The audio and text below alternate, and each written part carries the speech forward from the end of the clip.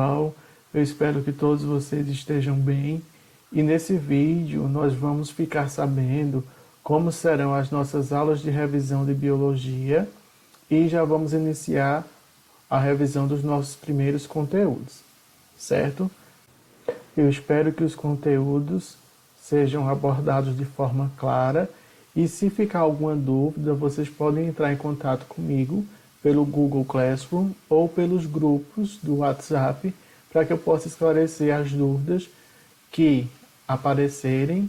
Lembrando que eu estarei disponível nos horários das aulas todas as terças, na manhã e durante a tarde, certo? Vamos lá. A nossa primeira aula, que será essa, nós vamos abordar 3 conteúdos. O primeiro, herança quantitativa, que foi uma aula ministrada no dia 16 de junho. O segundo conteúdo vai ser a teoria de Lamarck, aula que foi dada no dia 7 de julho. E por último, a teoria de Darwin, que foi a aula dada no dia 14/7. Ao todo, nós teremos 6 conteúdos na nossa prova. 3 serão revisados nessa primeira aula e mais 3 serão revisados na segunda aula, que serão camuflagem e mimetismo, que foi a aula dada no dia 4 de agosto, filogenia e cladogramas, a aula que foi dada no dia 1º de setembro, e o último assunto da nossa prova será 5 reinos e 3 domínios, que foi dada a aula no dia 8/9, ou seja, nossa última aula teórica. Vamos iniciar agora o primeiro conteúdo dessa primeira revisão de biologia. Vamos iniciar falando sobre a herança quantitativa. A herança quantitativa também é um caso particular de interação gênica. O que é que isso quer dizer? Vai haver uma interação entre os genes que vão determinar uma característica. As diferenças fenotípicas de uma dada característica não mostram variações expressivas.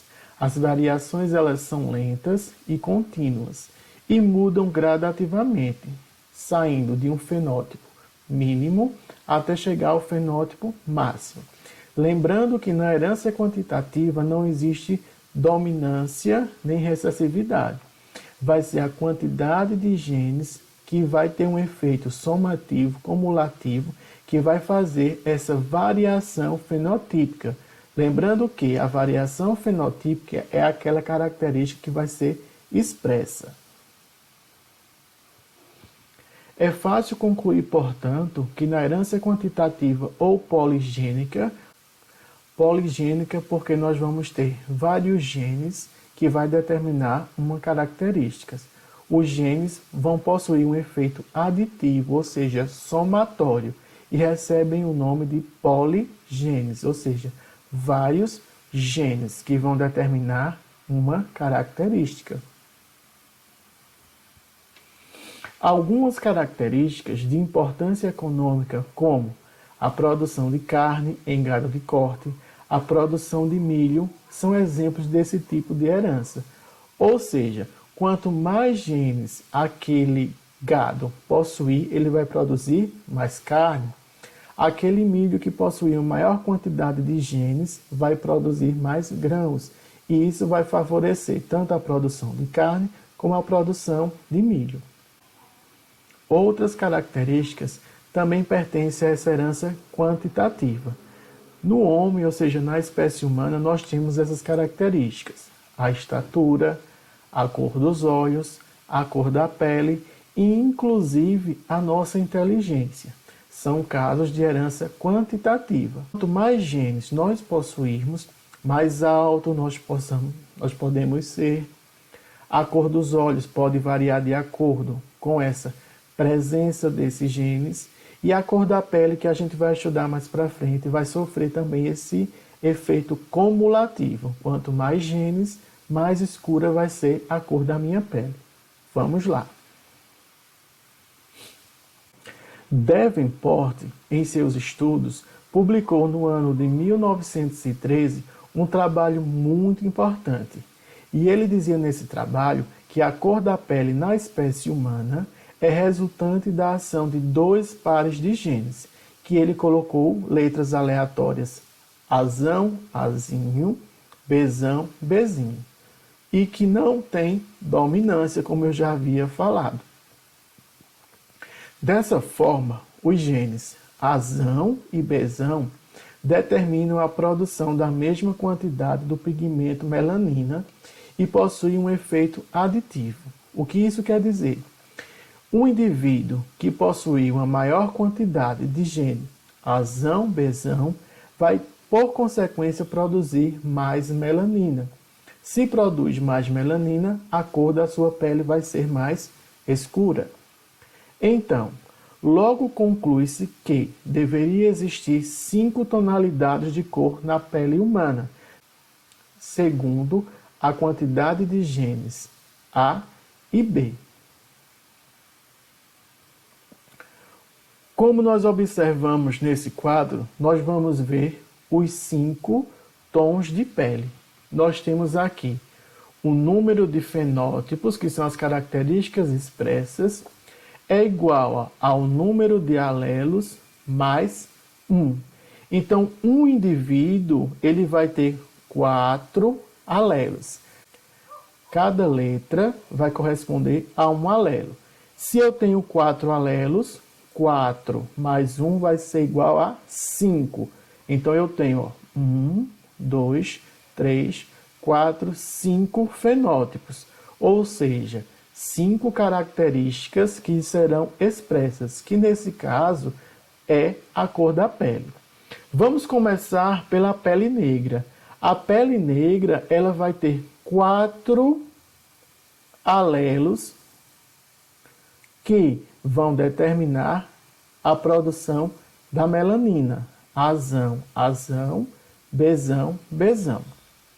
O que é que nós observamos? Que a quantidade de alelos que vão determinar a produção de melanina vai diminuindo à medida que nós subimos no quadro. Então, ó, o mulato escuro ele vai possuir 3 alelos para a produção de melanina. O mulato médio ele vai apresentar 2 alelos para a produção de melanina. Lembrando que o alelo que vai determinar a produção de melanina, ele está representado pela letra maiúscula e que não interfere se ele é Azão ou Bzão. O que vai interferir vai ser... No mulato claro, nós temos a presença de apenas um alelo para a produção de melanina. E o indivíduo que apresenta a pele clara, ele vai apresentar os 4 alelos recessivos, que a gente já conhece que a letra minúscula é o gene recessivo. Então, como não tem nenhum azão, nenhum bzão, ele não vai produzir melanina.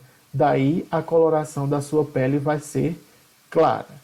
O que nós observamos mais uma vez é que a quantidade de alelo para a produção de melanina é que vai determinar a tonalidade da pele de um indivíduo.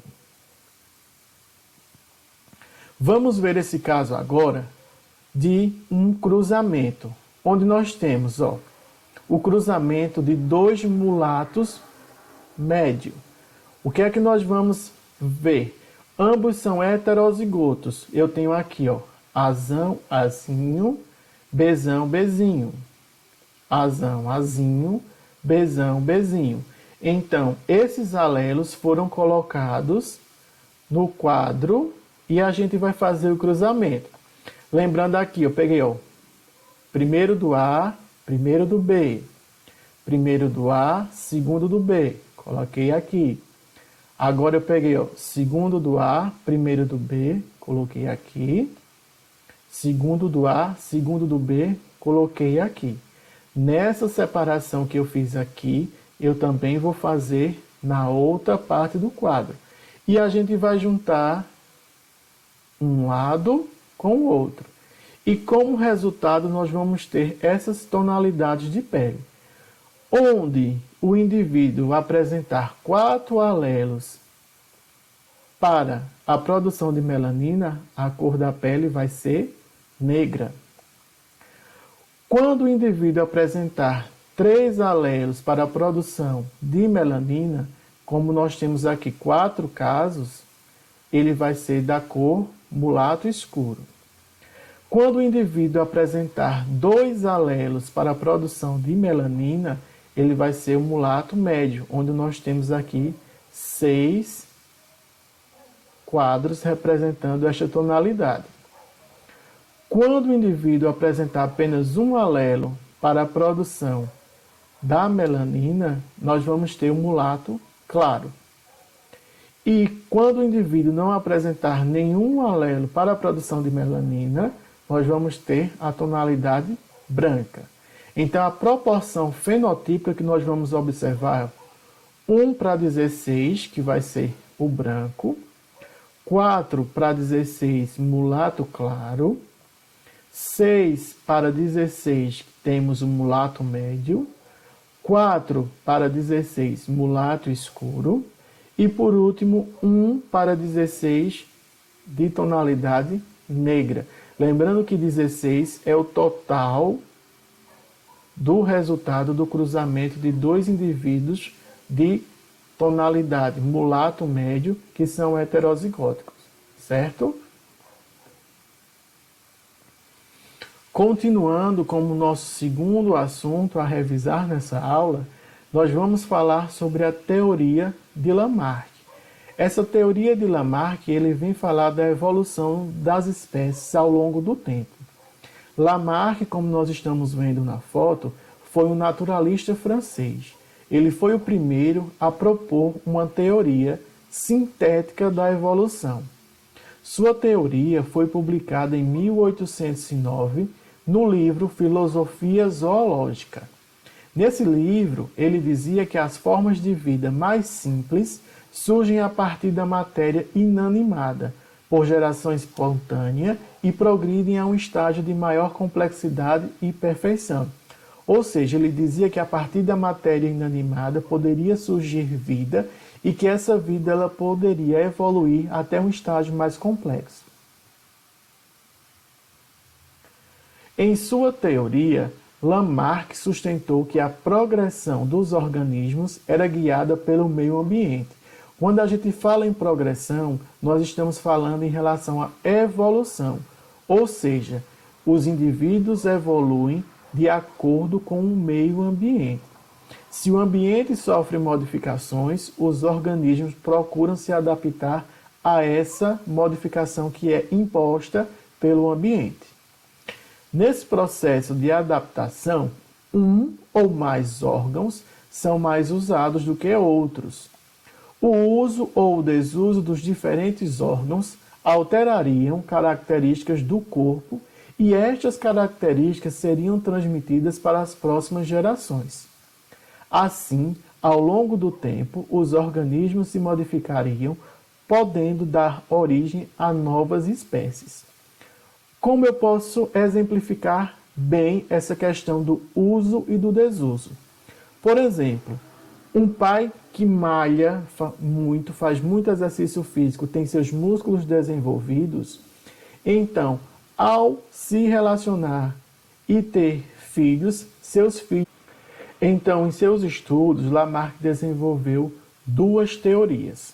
Vamos ver a primeira, que é a lei do uso e desuso. No processo de adaptação ao meio, o uso de determinadas partes do corpo do organismo faz com que elas se desenvolvam, e o desuso faz com que elas atrofiem, ou seja, que elas desapareçam. Um exemplo é o crescimento do pescoço da girafa. Segundo Lamarck, devido ao esforço da girafa para comer as folhas das árvores mais altas, o pescoço do mesmo acabou crescendo. Então Lamarck dizia que a girafa, procurando a melhor alimentação, já que próximo ao solo não havia muitas folhas verdes, ela teria que, para se alimentar, procurar as folhas verdes que estariam nas copas das árvores, ela esticava o seu pescoço. E que à medida que ela ia se esforçando cada vez mais, o seu pescoço ia ficando maior. Então, essa característica é a lei do uso. Por ela usar demais, se esforçar demais, o pescoço ia aumentando cada vez que ela se esforçava para se alimentar.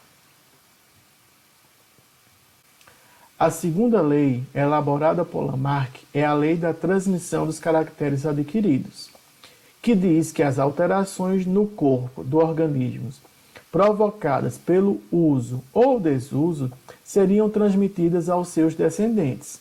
Foi o exemplo que eu citei anteriormente.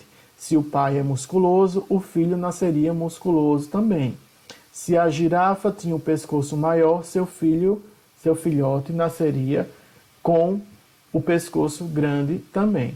Ou seja, essa característica seria passada de uma geração para outra.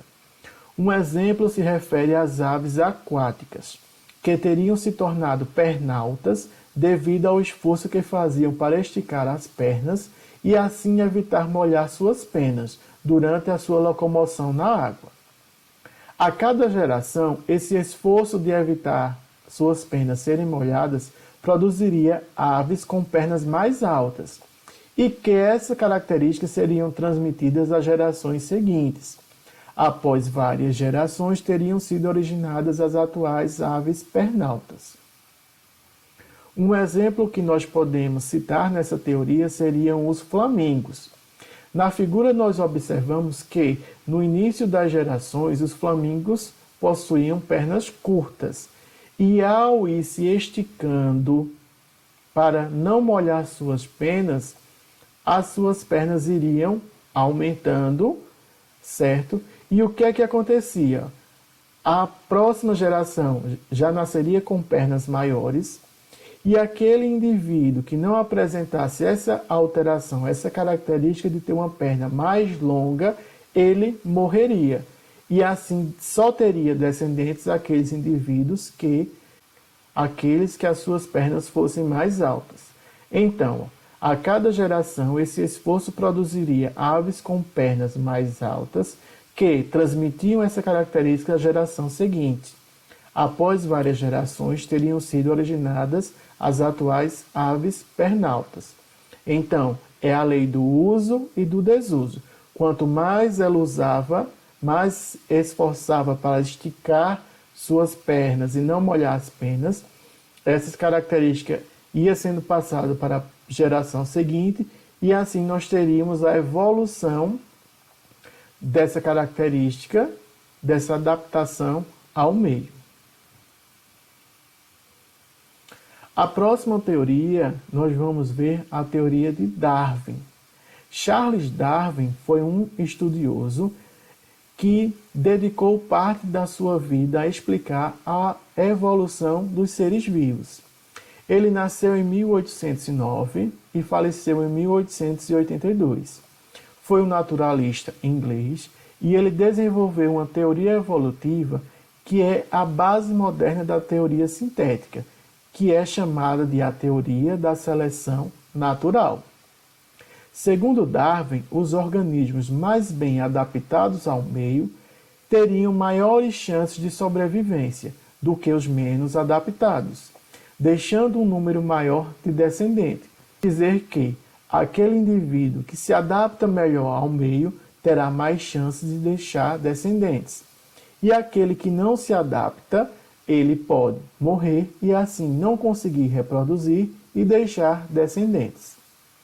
Os organismos mais bem adaptados são, portanto, aqueles selecionados por aquele ambiente. Daí a seleção natural, que seria uma seleção imposta pelo ambiente. Darwin, em sua teoria, diz que os indivíduos de uma mesma espécie apresentam variações em todos os caracteres, não sendo, portanto, idênticos entre si. Ou seja, mesmo pertencente a uma mesma espécie, indivíduos podem apresentar variações diferentes. Todo organismo tem uma grande capacidade de reprodução, produzindo muitos descendentes. Entretanto, apenas alguns dos descendentes chegam à idade adulta. O número de indivíduos de uma espécie é mantido mais ou menos constante ao longo das gerações. Por que ele diz que se mantém constante? Porque há como se fosse um equilíbrio a quantidade de indivíduos que nascem e a quantidade de indivíduos que morrem, ou até pode nascer mais indivíduos do que morrer, mas que ao se desenvolverem, ao evoluírem, muitos poderiam morrer, não chegando à sua fase adulta.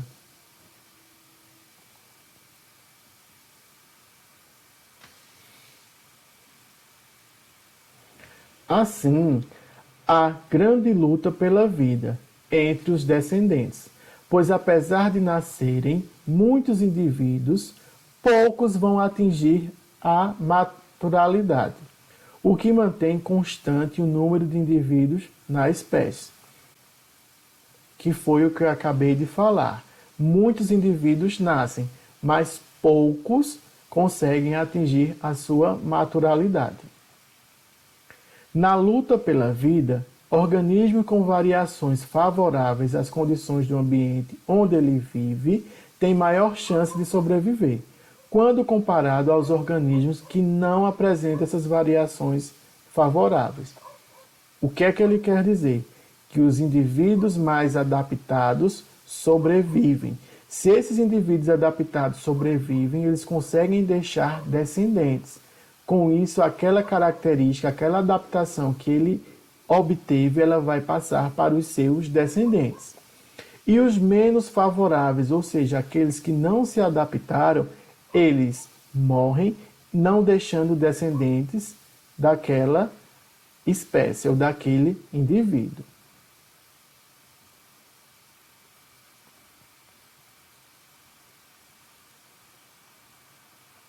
Os organismos com essas variações ou essas adaptações, que são variações vantajosas, têm maiores chances de deixar descendentes, como eu já expliquei. Como há transmissão de caracteres de pais para filhos, estes apresentam essas variações vantajosas. Ou seja, através da hereditariedade, essas características são transmitidas de uma geração para outra. Assim, ao longo das gerações, a atuação da seleção natural sobre os indivíduos mantém ou melhora o grau de adaptação desses ao meio. Isso significa que essa adaptação, do qual o indivíduo se adaptou para viver, sobreviver melhor naquele meio, será transmitida para os seus descendentes. Um exemplo que nós podemos ver nessa figura é que uma população de ratos se mudou para uma nova área, e nessa área as pedras eram mais escuras. Devido à variação genética natural desses indivíduos, alguns ratos apresentavam a pelagem preta e outros a pelagem amarela. O que nós podemos ver é que alguns ratos eles vão ser comidos pelos seus predadores, como alguns pássaros. E o que a gente observa? Os ratos amarelos, eles são mais facilmente vistos pelos predadores do que os ratos pretos. Sendo assim, os ratos amarelos são comidos com mais frequência do que os pretos. Apenas os ratos sobreviventes atingem a idade adulta e geram descendentes. O que a gente observa aqui, por conta da coloração preta, ele vai ser confundido com a rocha. E o rato com a pelagem amarela, no caso, ele vai se destacar. Ele vai se tornar um alvo mais fácil, mais visível do predador. Então, os ratos se reproduzem criando a próxima geração.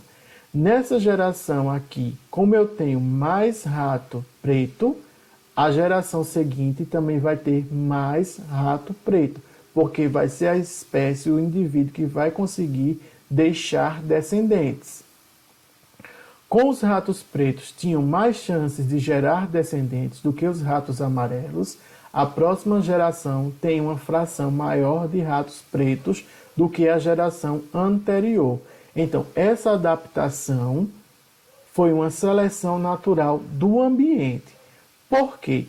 Porque, por conta da coloração da sua pelagem, os ratos pretos conseguiriam sobreviver em maior quantidade.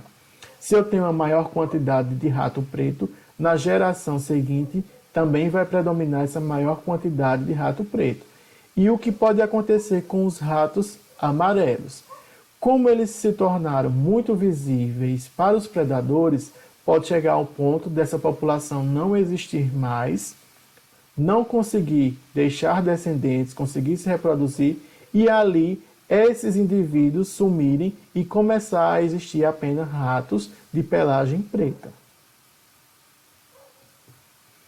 Com esses estudos de Darwin, surgiu a teoria utilizada nos dias atuais, chamada de teoria sintética da evolução. Essa teoria também é chamada de neo-darwinismo e foi formulada por vários pesquisadores durante muitos anos de estudos. E eles tomaram como essência os estudos de Darwin sobre a seleção natural e incorporaram noções atuais de genética. Essa teoria considera o que Darwin já havia estudado, e ela diz que a população é como um todo uma unidade evolutiva. Essa população tende a evoluir, tende a se adaptar ao meio para que consiga sobreviver. Ele diz que população pode ser definida como um grupamento de indivíduos de uma mesma espécie que ocorrem em uma mesma área geográfica e em um mesmo intervalo de tempo. Então, esses indivíduos que se encontram na mesma área geográfica, no mesmo intervalo de tempo, eles conseguem se reproduzir e deixar descendentes. Essas novas noções que foram incorporadas à teoria de Darwin, ela vai falar sobre os fatores que vão determinar essas alterações na frequência dos genes, que são denominados de fatores evolutivos. São fatores que irão surgir à medida que aquele indivíduo vai evoluindo. Cada população ela vai apresentar um conjunto gênico que, sujeito a esses fatores evolutivos, pode ser alterado. Quando a gente fala de conjunto gênico, é o conjunto de características que são determinadas por determinados genes. O que a gente vai observar é que os fatores evolutivos que atuam sobre o conjunto gênico da população podem ser reunidos em duas categorias. A primeira categoria fala dos fatores que tendem a aumentar a variabilidade genética da população, que são eles: a mutação gênica, a mutação cromossômica e a recombinação. A gente pode perceber que esses fatores ele vai atuar o DNA e vai provocar, e esses fatores vão provocar uma variação no código genético dos indivíduos. Essa mudança, essa alteração no código genético vai aumentar a variabilidade genética desses indivíduos. E essa variação genética sofrida por esses indivíduos vai ser passada para as próximas gerações. A próxima categoria são dos fatores que atuam sobre a variabilidade genética já estabelecida, ou seja, depois dele passar pela variação, pela adaptação genética, ele vai ter que passar pelas variações impostas pelo ambiente, que são elas: a seleção natural, a migração e a oscilação genética. Todos esses fatores vão contribuir também para a variabilidade genética, onde a gente vai fazer com que a seleção natural, os indivíduos mais adaptados, sobrevivam. Com a migração, características de alguns indivíduos podem entrar em contato com outros indivíduos de uma outra área geográfica e ali juntar, se unir, produzir uma nova variabilidade genética. Então, todos esses fatores vão contribuir para a evolução e a adaptação dos indivíduos ao longo do tempo. Com isso, nós concluímos os 3 assuntos que foram abordados na nossa primeira aula de revisão. Estarei esperando pelas dúvidas no Google Classroom e nos grupos de WhatsApp. Espero vocês na nossa próxima aula de revisão de biologia.